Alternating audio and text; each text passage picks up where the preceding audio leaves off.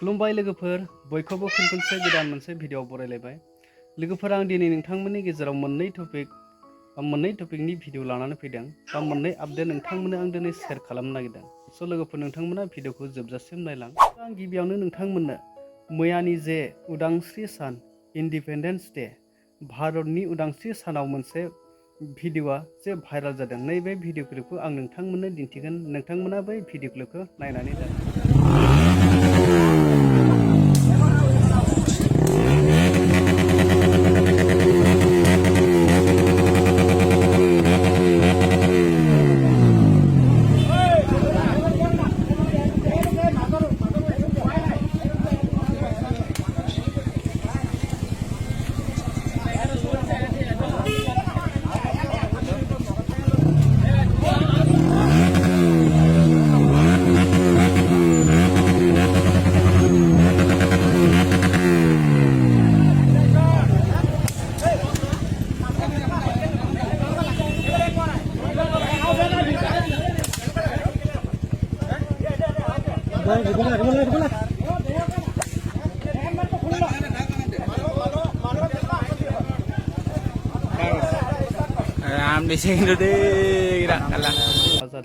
तो लोगोफोर नोंथांमोना बेखौ नुखाबायानोसै बे मोनसे दुखुनांथावना जाबाय उदांस्रि सानावबो जुदि बेफोरबायदि गोसोबायदि बेरायनो मोनाब्ला अब्ला उदांस्रि सान फालिनायनि मा मुलाम्फा जानो बेफोरबायदि बुग्लुं बुसि खालामनानै मा मुलाम्फा जानो तो लोगोफोर जुदि बेफोरबायदि इसेबां खालामनो सानदोंबा जेराव स्पटफोर दङ जेराव पिकनिक स्पटफोर दङ मोनफ्रोमबो गला जाय जौ गलाफोरखौथ' ओरैबायदिनो खुला हगारखायो जे दा मोनफ्रोमबो गलाफोरखौ जौ फानग्रा दखान बा माखासे स्पटफोरखौ माखासे पार्कफोरखौ जेब्ला इन्डिपेन्डेन्स डे जायो जेब्ला उदांस्रि सान फालिगोन बै खालि माने अलरेडि बन्द खालामनांगौ आरो लामा सामा बन्द खालामजोबनांगौ जे बेफोरबायदि बेरायलाय थांलाय फैलाय खालामनो मोना होननानै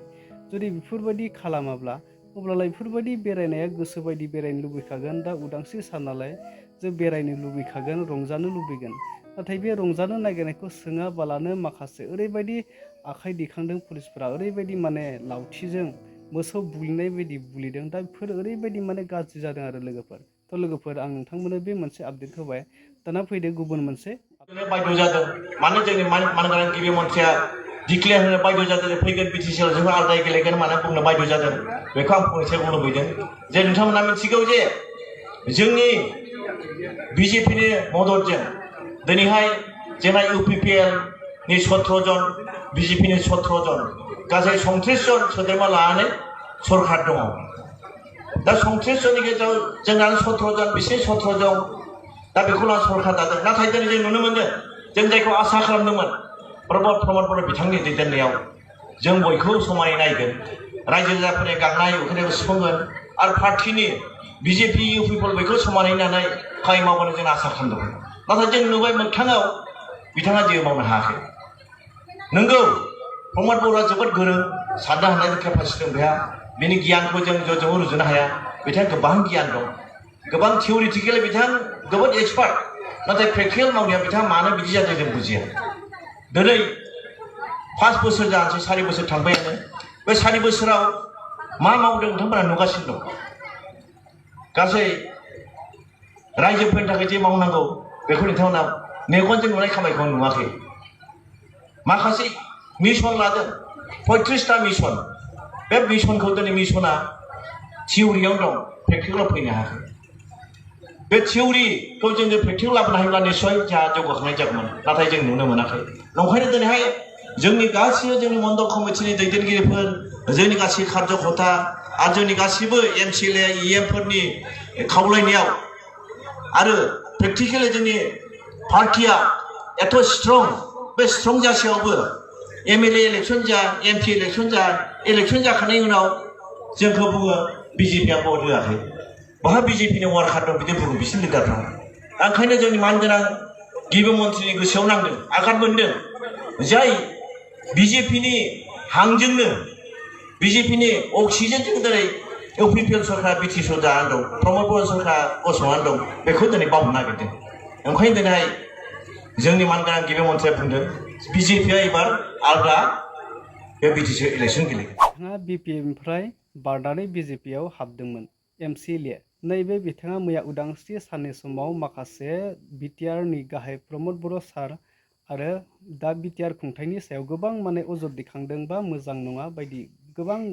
माने बाथ्रा लोगोफोर बिथाङा मिथियाखै नामा जे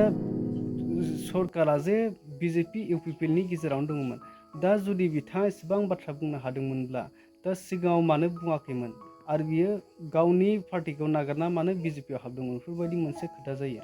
दा लोगोफोर ओरैबायदि दा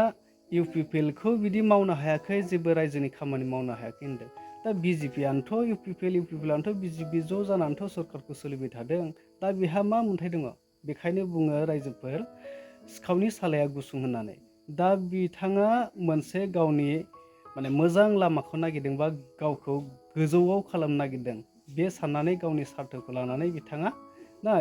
गासैबो राजखान्थिनि माबाफोराथ' गासैबो फोथायजाथावना नंखाया थेवब्लाबो नैबे बुंनाया जाय MCLA दिनै प्रमद बर' सारनि सायाव बाथ्राखौ बुंदों नाथाय बे गनायथाव नङा।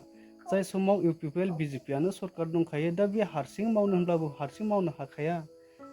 दा बिजेपिआनो बेखौ सालायबाय थाखादों अब्ला बे बोरै बुंनो हाखो प्रमद बर'आ जेबो मावनो हायाखै रायजोनि थाखाय जेबो बुंनो हायाखै नाथाय बे एसेबो गनायथाव नङा लोगोफोर।